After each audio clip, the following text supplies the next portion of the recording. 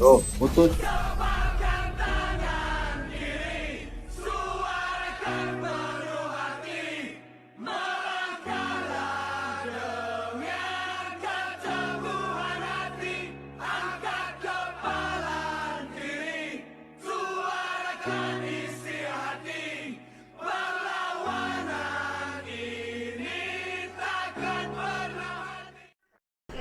Assalamualaikum warahmatullahi wabarakatuh.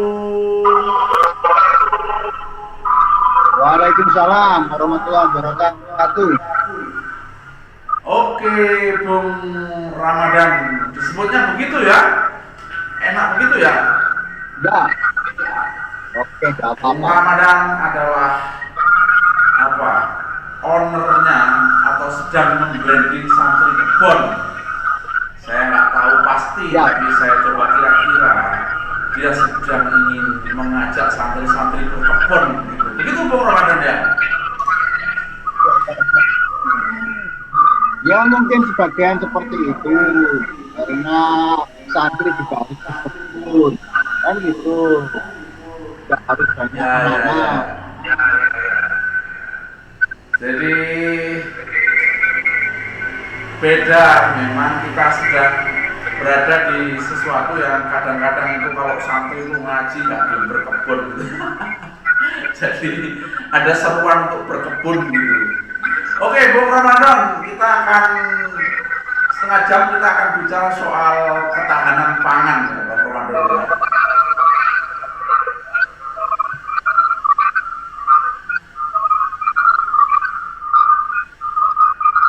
Halo? Halo, ya. Siap-siap. Bung, pertanyaan pertama lah, kita mulai saja. Jadi kita akan bicara ketahanan pangan dengan pertanyaan kenapa sorghum?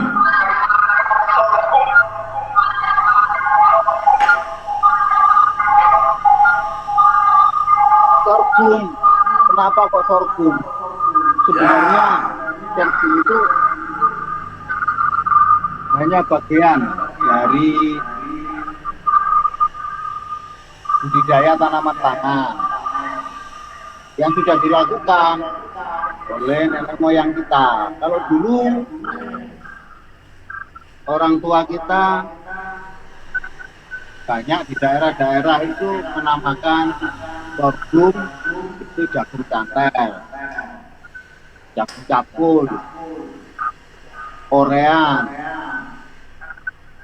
dan beberapa nama lain sesuai dengan daerahnya. Itu biasanya digunakan ditanam di pematang sawah. Tapi kemudian itu juga bagian dari apa namanya, istilahnya pangan lah, alternatif pangan.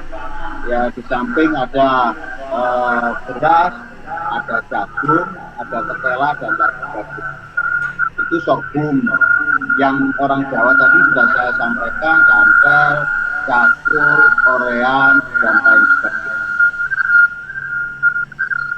Jadi ya, kita sedang bicara soal alternatif ya Bung ya. Jadi banyaknya makanan menjadi alternatif, banyaknya pilihan makanan menjadi alternatif ketahanan pangan itu yang menjadi pilihan kita. Begitu Bung maksudnya.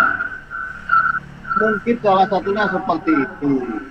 Jadi kalau kita mau nanam sorghum, itu sebenarnya mau membudidayakan sorghum itu adalah bagian dari mewujudkan alternatif pangan selain padi. Kan ada selain pada ketela di daerah lain, kalau di sini kemungkinan ya sorghum, kemudian di daerah-daerah kering sorghum, cakul tadi ada sampaikan. Enak itu rasanya. Ya. Memang jadi saya kira ini tidak hanya perbincangan yang enak Pak Ramadan, tapi kita sedang bicara alternatif karena kita sedang berbicara soal bagaimana problem pangan beras ini ketika tanaman menjadi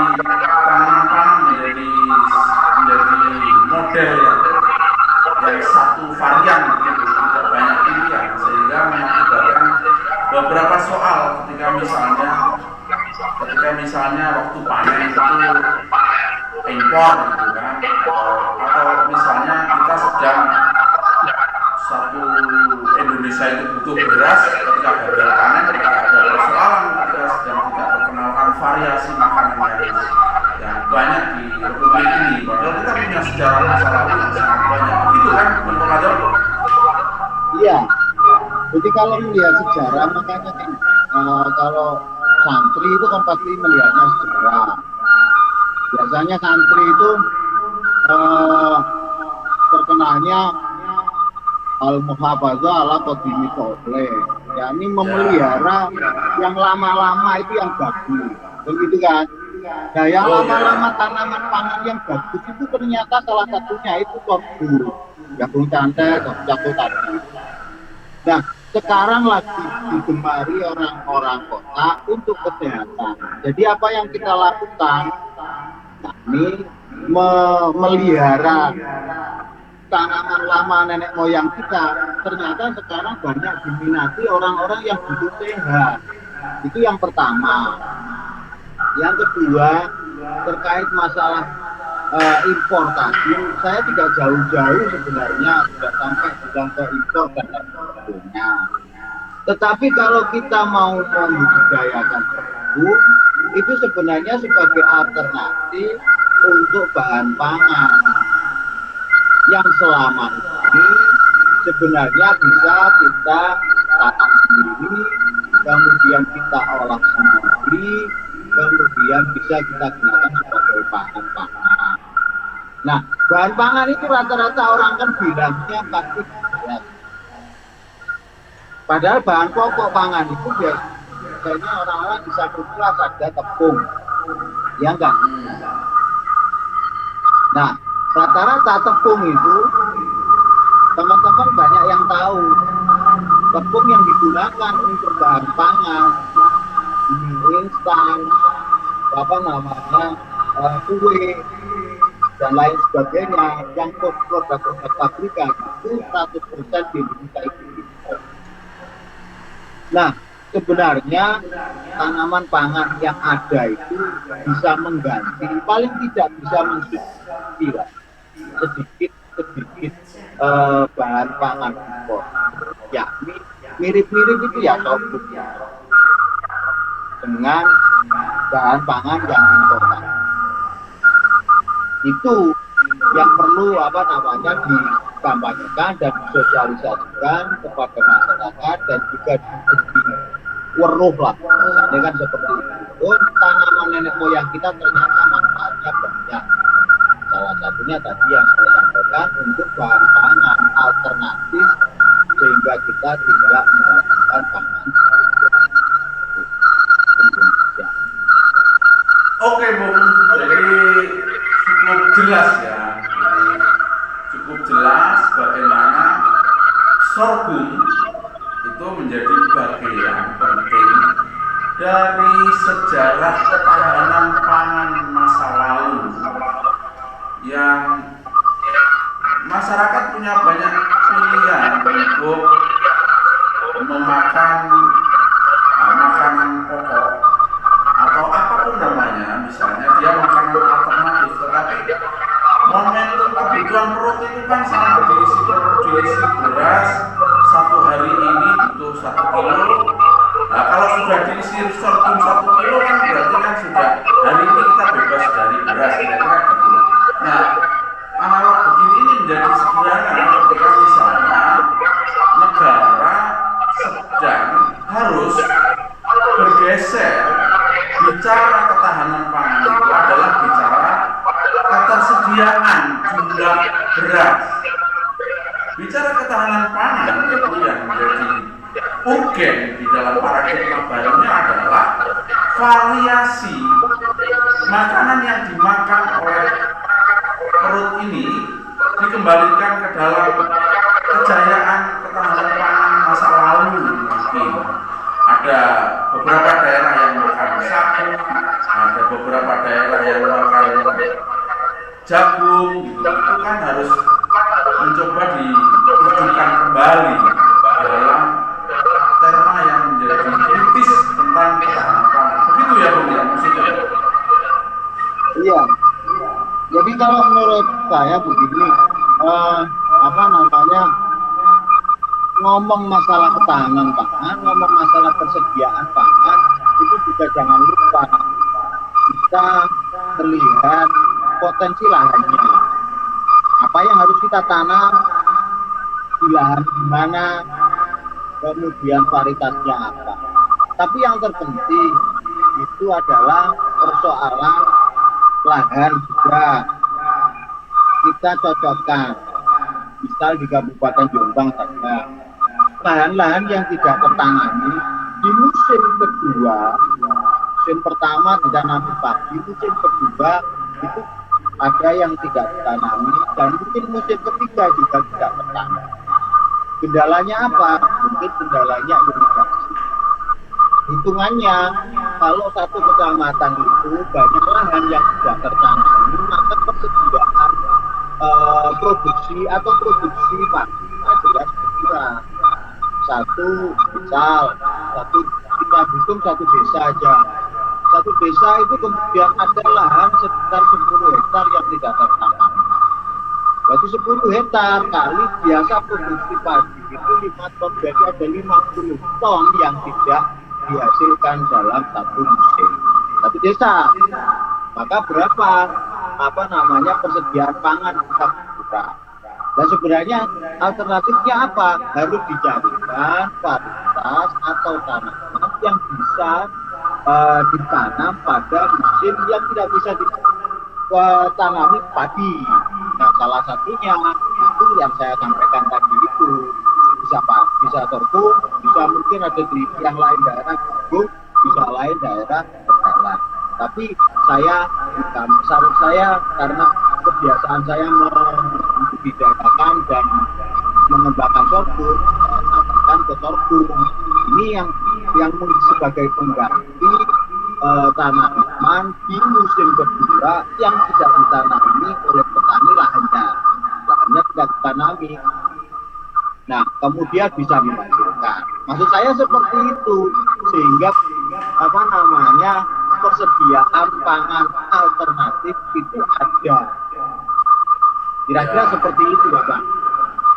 Ya, saya kira cukup cukup detail ya dari pengalaman Bung ini. Ada pernik-pernik potensi lain yang sedang disentuh ya. Soal misalnya analisis lahan menjadi ruang potensial ya.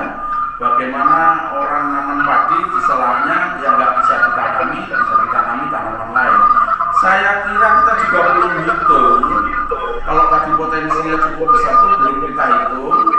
Soal tanaman yang kalau di Jombang ini kan misalnya lahan yang di utara Brantas itu lahan yang di Gunung Kapur ini. Kelihatannya sorghum ini masuk nggak ini Bu? Kalau bisa kita hitung. Kelihatannya kan kalau tanaman sorghum itu kan lebih keras dari jagung perakarannya. Iya. Sorghum itu keuntungannya di lahan kering itu bisa tumbuh. Jadi di lahan-lahan kering, daerah-daerah yang tidak produktif bagi lahan pertanian padi, itu sorghum bisa tumbuh. Dan kecenderungan sorghum itu tidak butuh air banyak. Kelebihannya juga tidak seperti jagung. Jagung itu butuh air yang cukup banyak. Sorghum itu tidak butuh terlalu banyak. Begitu pula terkait masalah pengairan. Ketika dampak air lah, katakan maksud saya seperti itu. Sorghum itu ketika proses kena banjir, sama-sama tanaman serial jenis jagung sama sorghum, batangnya sama, tumbuhannya sama, ketika ada masalah, ketika ada banjir, itu sorghum masih bisa bertahan daripada jagung. Nah, maksud saya begini, rata-rata itu ketika lahannya sudah tidak dianggap produktif oleh petani, tidak ada yang menyampaikan bahwa ini loh tanaman pangan yang bisa dijadikan sebagai pengganti. Nah, ini yang perlu dan mungkin bisa dibantu oleh Bung untuk mengkampanyekan. Ini loh tanaman yang bisa tahan di proses kekeringan, tahan di proses penghujan, nah, yang bisa dijadikan salah satu alternatif tanaman pangan. Itu. Ya, saya kira kita telah dibukakan gambaran ya. Dari analisis lahan kita lihat potensi Jombang, dari analisis varietas itu kita telah lihat alternatif tanaman yang kuat di dalam konsep lebih modern, mungkin perubahan iklim ya. Dia mau dengan tiba-tiba tidak butuh air, dan dia mau dengan air yang misalnya banjir itu akan lebih tahan daripada jagung. Saya kira pengalaman ini lah Bung yang menjadi tajam kalau kita sedang berkampanye bersama tentang situasi ini yang bisa dikerjakan, bahwa sorghum itu tanaman lama, tanaman jagung cakul ya. Kalau dulu kita kenal tuh, kalau kami kenal itu dulu itu waktu 2000-an itu dengan kawan-kawan kita yang di Katemas tuh, di utara berantas di gunung-gunung itu banyak yang nanam jagung cakul namanya waktu itu masih. Sekarang ya kalau di kami masih jagung cakul kan, kalau itu sorghum itu ya. Saya kira mesti obrolan tentang begini ini kita advokasikan, kita soundingkan kepada pihak-pihak yang berkepentingan terkait dengan potensi analisis lahan dan potensi varietas yang bisa ditanam. Kita sedang tidak hanya bicara potensi pendapatan, tapi pendapatan gimana Bung? Kita lebih baik dari nanam jagung. Ya semuanya begini loh Bang. Kalau bicara masalah pendapatan rezeki itu kan sudah ada yang membagi. Ya, kemudian tapi titik poinnya begini, siapa mau tanam pasti dia akan panen. Dan kalau diperbandingkan dengan harga, sorghum itu lebih stabil daripada tanaman jagung. Nah, yang perlu saya sampaikan seringkali potensi ini masih dianggap sebelah mata oleh beberapa pihak, terutama kalangan dinas lah kan seperti itu. Ketika kita menyampaikan ini potensi untuk ekonomi, itu mereka kan bilangnya begini, jangan sampai mengurangi lahan jagung, jangan sampai mengurangi lahan kedelai, kan gitu, betul nggak? Ya. Tapi ketika ada proses musim penghujan, ada proses iklim yang tidak jelas, kemudian mereka sudah tanam varietas A, varietas B, dampaknya kemudian berkurang produksinya atau kemudian harganya jatuh, kemudian yang satu lagi dampaknya ketika ada perubahan iklim, dampaknya tanaman itu mati dan lain sebagainya. Apa yang terjadi? Jatuh juga kan petani secara ekonomi, tidak bisa menghasilkan, sudah mengeluarkan uang produksi. Nah, ini tidak dibaca. Bukan hanya produksi pangan dengan lahan varietas jagung, varietas kedelai yang tidak boleh berkurang, tetapi sisi ekonomi sebenarnya harus dibaca oleh pemerintah. Kalau varietas A, varietas B diminta ditanam, tetapi berakibat jatuhnya ekonomi, mengapa tidak ditawarkan dengan varietas atau tanaman pangan yang lain yang bisa bertahan, yang itu bisa menghasilkan ekonomi. Nah, ini perlu ada pemahaman satu sama lain antara petani, kemudian dengan pembentukan kebijakan dan teman-teman seperti Bung ini untuk juga mengkampanyekan dan menjelaskan. Sehingga lahan yang seharusnya ditanami kemudian ternyata ditanami berakibat iklim tadi nanti sebenarnya bisa diganti tanaman yang lain yang jelas bisa menghasilkan ekonomi bagi masyarakatnya. Mengapa tidak? pada intinya petani itu kan aku kepingin lanjut, saya kepingin nanam mendapatkan penghasilan. Bukan kemudian saya nanam jagung, nanam kedelai, tetapi ketika ada musim penghujan, mereka sudah mengeluarkan uang, dampaknya tidak panen atau harganya jatuh, ya kan? Apa nggak panen? Ya, saya kira tambah asik ya dari ruang-ruang makro bicara tahanan pangan, polisi kebijakan sampai teknis budidaya tanam ya, budidaya. Saya kira ini sorghum itu menjadi model cara melakukan analisis problem situasi petani. Kalau hari ini misalnya petani terpuruk karena jagungnya mati karena terlalu banyak air, saya kira sorghum menjadi alat pembantu melakukan analisis situasi, menjadi alternatif tanaman yang baik dari sisi-sisi yang Bung bilang tadi itu. Nah, saya sih ingin tahu, Bung, apakah diskusi begini-begini ini juga sudah kesampai kepada pemegang policy kebijakan, kawan-kawan yang di PPL, di lapangan maupun dinas pertanian secara umumnya, mestinya kan juga sudah tersampaikan lah, atau sudah menjadi cara berpikir alternatif gitu. Gimana, Bung? Sudah sampai ke mereka apa belum ini? Saya agak terkaget dengan pengetahuan yang menurut saya lumayan kaya hari ini.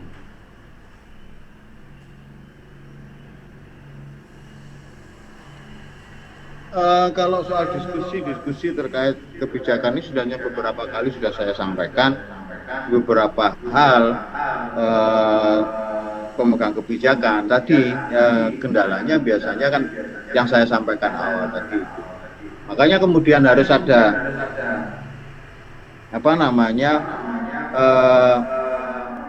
teman-teman yang ikut membantu mengkampanyekan terkait masalah tanaman pangan, yang kedua terkait masalah produksi pangan, sehingga ketersediaan pangan itu ya bisa mencukupi lah kemudian untuk kepentingan masyarakat. Paling tidak itu yang pada kuncinya atau titik kuncinya tadi adalah ketika kita menanam tanaman pangan, itu adalah yang diinginkan para petani adalah ekonomi. Nah, ketika ekonomi ini harus ada alternatif yang saya sampaikan tadi, varietas-varietas, jenis-jenis tanaman pangan yang sesuai dengan daerah, yang sesuai dengan musim, yang sesuai dengan kebutuhan, sehingga itu bisa menjadi membantu, maksud saya bisa membantu ketahanan pangan, produksi pangan masyarakat kita. Itu. Ya, saya kira bukan hanya membantu, Bung, tapi kita ini kan agak gregetan dengan ruang-ruang paradigmatik yang harusnya dikuasai oleh negara, dan ruang-ruang analisis yang menjadi kepentingan problem solving, mengatasi persoalan gitu. Misalnya ruang-ruang paradigmatik yang kita bilang soal ketahanan pangan itu, kalau cara berpikirnya negara ini masih berpikir ketersediaan pangan itu adalah beras gitu, ya selalu ada beras, nyatanya bisa impor gitu. Tetapi kan ini petani kan sekali lagi nanti kalau waktunya panen harganya turun, waktu nggak ada padi panen naik lagi, kan terombang-ambing soal strategis kebijakan negara yang seperti kita tidak punya kedaulatan. Ini kan juga soal paradigmatik gitu, yang harus diselesaikan oleh pemangku kebijakan. Nah, yang kita udah selesai di level ini, sorghum menjadi jawaban. Mestinya ternyata potensial gitu loh sorghum, kemudian kemudian ada lagi nanti misalnya tepung tepung yang lain, mokaf gitu, katela, mokaf, terus ada tadi yang saya bilang di luar Jawa itu sagu gitu, saya kira. Nah, apalagi kalau Bung sudah bilang masih banyak lagi soal misalnya analisis ke bawahnya tanaman yang beranalisis kepentingan lahan, melihat kepentingan lahan dan kecocokan lahan. Luar biasa, banyak sekali yang harus dihargai sebagai kepentingan ketahanan pangan, karena cara yang paradigmatik bicara ketahanan pangan ini bukan beras, bukan yang dulu kita dengar kalau nggak makan beras itu seperti nggak modern, seperti orde lama, orde baru, kira-kira gitulah. Dulu kan berasisasi itu menjadi sangat serius gitu. Nah, hari ini mesti berubah. Nah, apalagi sorghum juga menjadi jawaban terkait analisis iklim. Dia menjadi kepentingan yang bisa dinarasikan sangat baik bahwa tanaman ini di samping dia kebutuhan airnya sedikit di lahan-lahan kering. Kalau di Jombang bisa kuat di tanaman utara berantas di gunung-gunung kapur itu. Tapi dia juga sangat tahan terhadap air, terhadap kelebihan jumlah air dalam waktu yang tidak terlalu panjang. Kira-kira kan begitu tuh, Bung. Jadi banjir-banjir yang dadakan kira-kira dia bisa diatasi. Begitu, Bung ya. Nah, ini sesi hampir akhir, Bung. Saya kira meskipun pendek, obrolan kita cukup padat ya. Sedikit saya sudah mulai menyimpulkan saking senangnya diskusi. Silakan, Bung, lanjutkan. Kira-kira apa yang penting bagi pertemuan terakhir ini, Bung? Bung, misalnya NU nih. Orang-orang NU kayak Bung ini kan cukup inspiratif gitu. Harusnya kan warga NU diajak semua nih, Bung. Gimana, Bung? Gini, saya berharap langsung saja terkait masalah budidaya dan lain sebagainya, potensi saya tadi sudah jelaskan sejak awal. Yang ke depan sebenarnya yang perlu kita harapkan bersama-sama ada kebijakan, atau mungkin kalau tadi bilang ada beberapa ahliya dari jamaah kita itu sebenarnya bisa memproduksi atau kemudian membuat atau membangun industri pangan lokal kita. Artinya apa? Keinginan pemerintah mulai dari pusat yang pinginnya mengembangkan industri pangan lokal itu bisa bergerak, itu salah satunya adalah untuk ketahanan pangan kita. Nah, bagaimana itu kemudian bisa dilakukan untuk pengembangan atau ketahanan pangan kita, produksi pangan kita, salah satunya ya dengan mengembangkan dan mengembangkan industri pangan lokal. Industri pangan lokal salah satunya adalah kalau kita melihat potensinya ada di sorghum misal, kemudian bagaimana kita bisa membangun industri pangan itu seperti penepungan minimal yang hampir sama dengan penepungan yang ada di Papua. Saya pikir teman-teman para pegiat, kemudian para ahliya di jamaah banyaklah yang kaya kemudian yang mempunyai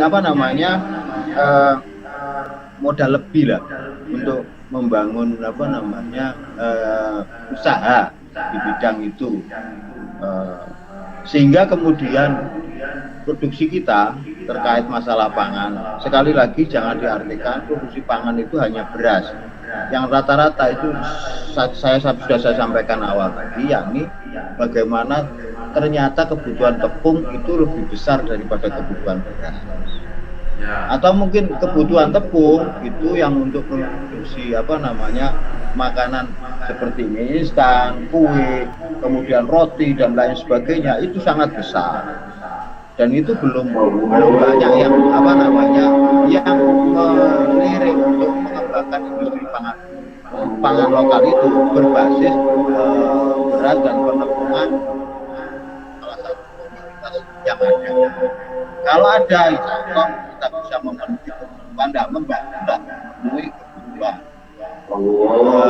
pangan untuk kebutuhan yang saya sebutkan. Itu Bung, kira-kira harapannya ke depan.